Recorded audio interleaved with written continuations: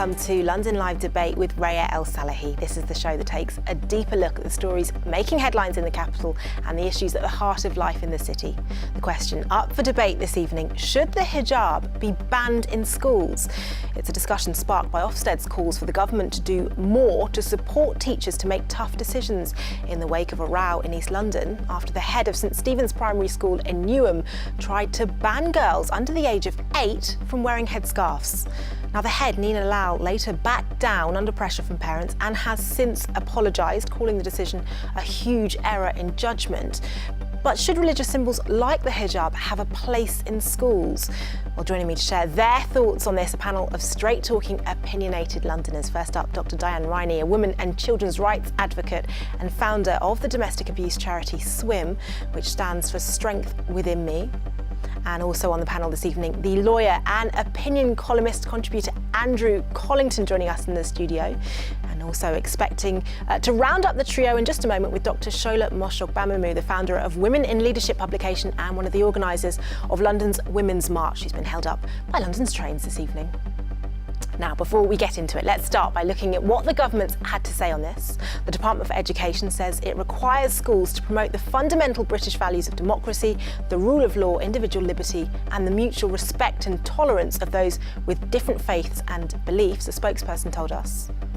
We back individual schools to set uniform policies, but we would expect them to consider the needs of their pupils and to listen to the views of local parents. Diahanne, let's kick things off with you. Should hijabs be banned in schools?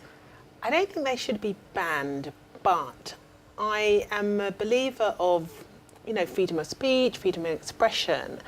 But I'm also someone who, if I go to Dubai, I have to do as they do in Dubai. And I think it's a tough decision, and I know Newham has a high population of children who are Muslims and want to wear the hijab. And I was just saying that myself, I went to a school, when I went there was only probably 5 people who looked like me. And now as an alumni, I go back and it's 91% Muslim. So I do think it has to look at the area on which the school is placed. And Newham has a high population. So maybe in this circumstance, in this particular school, no.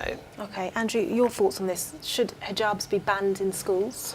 I'm a very similar view to Diana. I don't believe the state should be dictating to what people should be wearing, what they should not be wearing. So I would not support a ban in public, for example, and I wouldn't go as far as some majority Muslim countries which have banned the hijab in educational institutions. But I do believe schools should have some autonomy and the right to and the freedom to set their own uniform policies as well. And the government obviously affords them that liberty. And the school, if it's tactful, would consult with the parents of the pupils as well. And from what I understood, they did do that in October of 2017. And from what I read, all but one parent seemed to agree with that. So they seem to have overwhelming support from the parents with this policy until January of this year. The head has since spoken out about the response from the media to this, that almost talking about this issue has inflamed community leaders, as they quote, have described it, to talk about this issue. Is there a sense that it's discriminatory to focus, to single out the hijab? But there's been situations where the cross has been banned. I know from some in workplaces, it's the same thing. It's a religious symbol. But I still think we have the right to practice our religion. We're a very a society who likes to be inclusive, multicultural, and like I said, I think that schools should have some autonomy in the decisions they make. And I think it's like if you go to McDonald's, in certain areas, certain things will be pushed more than others. And same like supermarkets. If I go to a supermarket and it's in an area which has a high population of minorities, then I have the well dial is quite large. Whereas if you live where I live, it's non-existent. So it's based on the local community. So you think it might have been different had this school not been based in Newham? I do think so, and I think it's something that it should be considered, but I still think we have the right to freedom of speech, you know, unless it's something that is of harmful to somebody. And I do think, you know, they've talked about safety issues as well in regards to the hijab, and that's a subject that has to be taken forward, you know, chemistry and certain other things that, you know, it might be safety issues. But they should have the freedom to practice. Is it any different, Andrew, to, I don't know, wearing a free-flowing T-shirt if you're near a Bunsen burner in the chemistry lesson? Is it discriminatory to focus, to single out this item of clothing above others? Well, on the safety grounds which you're describing, hijab is a bit different to perhaps a cross you might wear under your shirt or something like that. Why? Well, the reasons given by the school were girls as young as 3 were playing around in the sports equipment, jungle gyms and things of that nature, and the last thing you want is a child hanging by the hijab on the monkey bar, Could you not argue the same with long hair? Well, yes, theoretically you could. So I'm just giving the reason for the school. But at the end of the day, the school is given a degree of autonomy, and I think we would respect all schools setting their own uniform policy. And if the teacher, the parents feel strongly about it, they're not, at the end of the day, forced to go to that school, which has an amazing track record of educating these children. It's rated one of the best in the country, I believe, under the stewardship of this current headmaster. So I think the school is right to exercise its freedom to set its own uniform policy. Okay. Let's just bring you the words of the Muslim Council of Britain, who've commented on this to say that this obsessive focus on the hijab has once again stigmatised Muslim communities, the damage this has done to community relationships, and the trust between parents and the school is incredibly serious. Picking up, Andrew, on that point, that you could just take your kids to a different school if you don't like the uniform policy. Is there a sense that it's damaging relations within the school to have policies like this that some feel are very stigmatising? No, I would not agree. You're touching on a subject here called tolerance, and tolerance is a two-way street.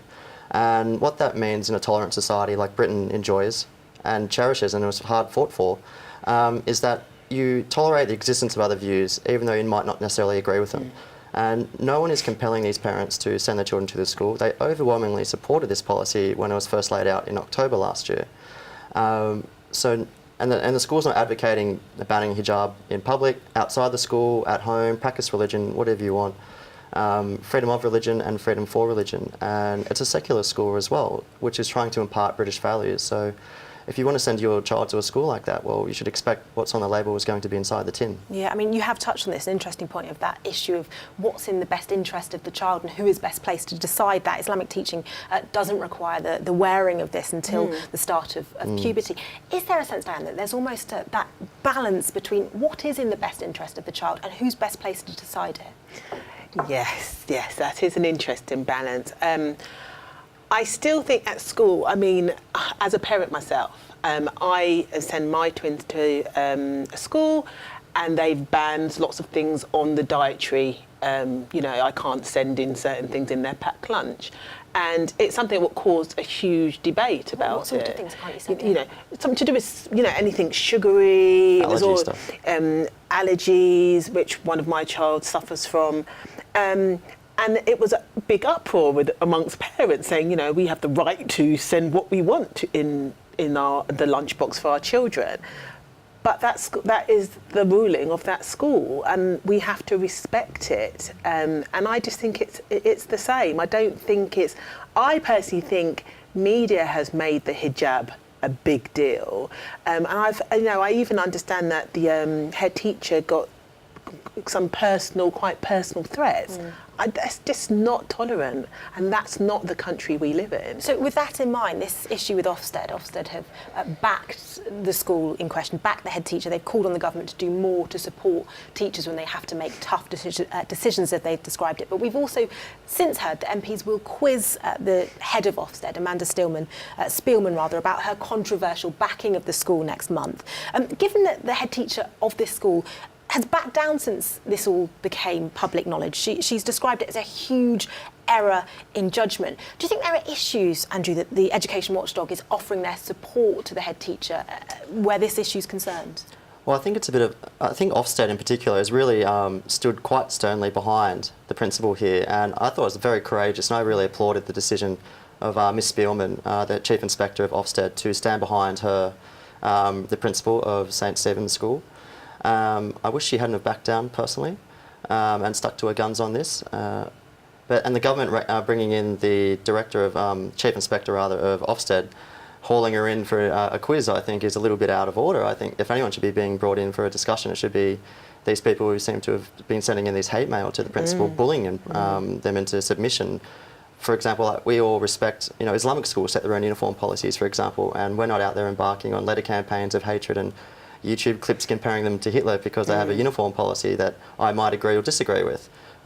So I think we're holding the telescope, or rather the government's holding the telescope backwards on this one a little bit. Okay, now throughout the show, whether you agree or disagree with what you've heard from the panel so far, do get in touch and share your thoughts. We are on social media at London Live, just use the hashtag #LondonLiveDebate. Okay, we're heading for a short break now, but still to come. The Foreign Office faces criticism after staff are invited to wear headscarves to mark World Hijab Day, a mark of respect or promotion of oppression.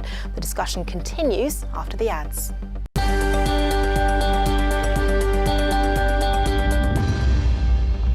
Welcome back to London Live Debate with Reya El-Salahi. Joining me on tonight's panel, women and children's rights advocate Dr Diahanne Rhiney, the opinion columnist Andrew Kollington, and the co-organiser of London's Women's March, Dr Shola Mos-Shogbamimu, who joins us in the studio just in time. Welcome to London Live Debate. Thank you.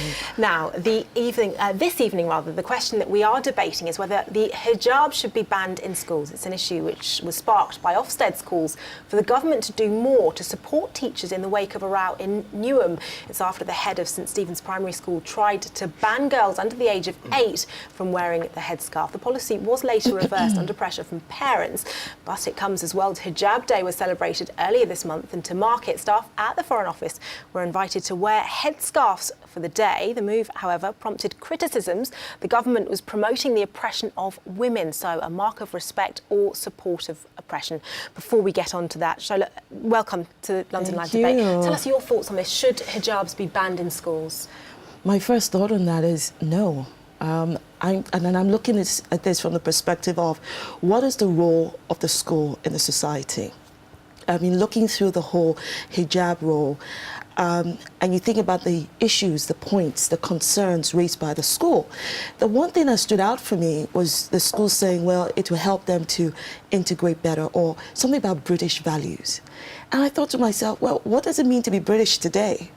Now, I consider myself British and all that encompasses. And I think that includes those who wear hijabs. And it's really important that schools have to recognize that, okay, personally for me, I think that schools are in a position to help build the leaders of tomorrow. I don't think they're there to kind of distinguish between what is culturally right or wrong. Of course, they have to make decisions that are in the best interest of the children, alongside the parents, and that should work hand in hand. But it is very, very tricky and really challenging for schools to come in and then say to children, well, actually, if you're going to wear this piece of clothing, that does not represent British value. Now, to the point that perhaps it might raise safety concerns if they're doing PE or something, then why not? It's the same way you deal with long hair where you have it, tied up as a ponytail. Maybe they don't wear their hijabs during PE, or maybe they ask parents in a collaborative way, what can we do to make this, safer for the children? But it's the message that is being sent. This is not going to be the only school where children wear hijabs, right? So what have other schools done? How have they dealt with safety issues? And I think that we have to be very careful that as a society, we don't enter into conversations where we are not qualified necessarily to speak. I think that the Muslim community and those who are greatly impacted by this should have the strong say on what is acceptable, what is not acceptable, and it should help guide society on that. And the reason why I bring this up is, look, if it's the hijab today, what would it be tomorrow? What if they say tomorrow that, I'm sorry, Dr. Shola, names like yours don't represent British values and they're way too complicated, so can we shorten it a bit? Don't pick up on that. I can see your eyes raising a little bit as you're hearing that. Are you qualified to speak on this, not being a member of the Muslim community? I'm not a Muslim, even though, yes, I've read the Quran and read it from back to front. But when it comes to children and choices, that's when I have a bit of a concern. I have spoken to teachers who work in schools who some children feel pressurised by their parents to wear the hijab, and as soon as they leave the house, they take it off for various reasons. And when anything to do with safety, we're children, and it has been linked to things that are not quite pleasant in regards to being forced to wear the hijab. That's only my concern. But I agree with a lot of what you're saying. It is about freedom of choice. It is about expression. Where do you draw the line? That's right. That's right. And when you think about it, take it a step further. If we look at Christian children, for instance, who are baptized as babies, they didn't make an informed consent, decision to do that at that time, or who go through the ceremony of Holy Communion. Again, it was not an informed consent decision, but because that is what they're culturally exposed to, they're happy because that is part of what, that's their family, that's how they do things in their family. But when they reach a certain age, they decide whether or not they want to be Catholics or Methodists. They make certain decisions for themselves. And the true meaning of being baptized or doing a Holy Communion, it resonates with them when they get to an age where they can make a decision. And I think that applies equally to children, to Muslim children who wear the hijab. Now, don't get me wrong, I am sure there are very nuanced issues within the community about whether or not children that age before puberty should be wearing hijabs at all. But for me, this really is more about what is the role of the school.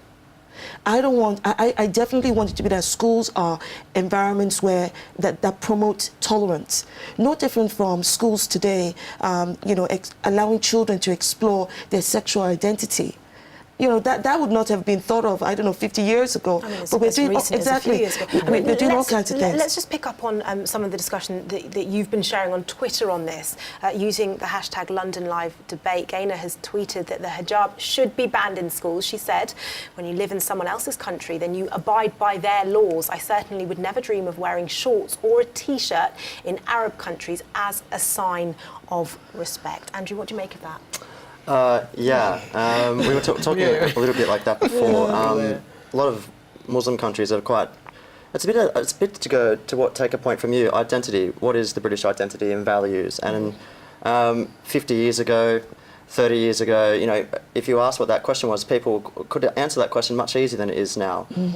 British culture. And I'm not making a value judgment, I'm just saying the reality is it's not so much British culture, but now multicultural. That's right. And 30 years ago you would say, oh, what are British values? And you would point to British institutions like Church of England, Parliament, which is secular, right. And the wonderful liberal values that those that were hard fought for through civil wars, and a lot of blood was spilled to earn these institutions, which makes Britain so just amazing, and people come here to live and things like that. And like I have, I'm an immigrant myself, I have an accent. And I think that's very important. And when you come here, you should respect that. And do you feel like you had to shift your values when you came here? Well, no, I'm fortunate in that I'm from Australia, so we inherited that from the British, fortunately. And not all the values are good, obviously, like history, you take the good with the bad, but I'd put the liberal values very high on the totem pole of good. So when you go to, say, the USA is much better than the British are, I would say, because they have a clear establishment, First Amendment establishment clause, and you know what is expected of you when you go there. But in Britain, it's a little bit less clear. And I think Ofsted and the British government are really trying to say, we want to give schools independence, we want to let them assert British values if they want, kind of set their own menu, if you will, like a restaurant. And I wouldn't ever advocate a one-size-fits-all approach, we're going to do a blanket ban. Yeah. I really, if you want an Islamic school, if you want to set up an Islamic school which has a dress code, fine. I might not necessarily agree with it, but that's your right to do that in a tolerant, liberal society. Yeah. And I think the same respect should be accorded this school that was trying so hard to act in the interests of the child. And I think the right of the child to have even a temporary education free from religious dogma should be respected. And that's just that school's particular item on the menu. They're not forcing it on the parents or any mosque down the road or anything like that. It's just within the walls of the school. And at the end of the day, if the parents don't like it, they can go somewhere else. Diahanne, we mentioned a moment ago about the Foreign Office to mark Hijab Day, World Hijab Day earlier this month, giving members of their staff free hijabs to wear to experience that for the day. What do you make of that? Do you think that's promoting oppression, or do you think actually that's a mark of respect? I just think it's silly. I know I say silly. Just my view, just absolutely silly. I just think it's like, why don't you be black for the day? Do you know what I mean? It's not really. You're not really going to get the true appreciation. And as I've always said, I mean, if you want to be black for the day, you'll be black for the day, and then tomorrow you're not black, and you won't understand the real experience. So I just think to put the hijab on for the day, I just thinking, what was you thinking? I just think it's silly. Shola, what do you make of the criticism of this, that it's promoting oppression by enabling women to experience what it's like to wear the hijab for the day? Do you know, I actually see why they did it. I suspect that it was from a very good place. Oh, mm-hmm. Yes, I suspect that it was really to show, especially because there are women who wear hijabs and it's by consent. They want to. Definitely. That's fine. And perhaps it was their way of removing that stigma about the hijab as well. I think that is probably where they were trying to come from. Now, of course, anytime you try to do something good, there will always be, some form of challenge or attack towards it. And I can understand why other, I suppose, school of thoughts are coming against it, saying, look, what are you thinking? Have you thought it through? What exactly is the message you're trying to send through? Now, I'm not one of those, I'm not against what they did. I think if we take a step back and look at this from the perspective that this is a foreign office, they cannot possibly want to, throw more, coal into the fire on something. They're trying to say, look, this is Britain, and if some of our women wear hijabs, we're going to celebrate that for the day. Afraid to say, so. On that point, we have run out of time. Thank you so much to all of you for joining us, and thank you to you, of course, at home for watching. Tonight marks my final show, as it's my last day at London Live. Thank you for all your support over the years. Take care and have a great evening.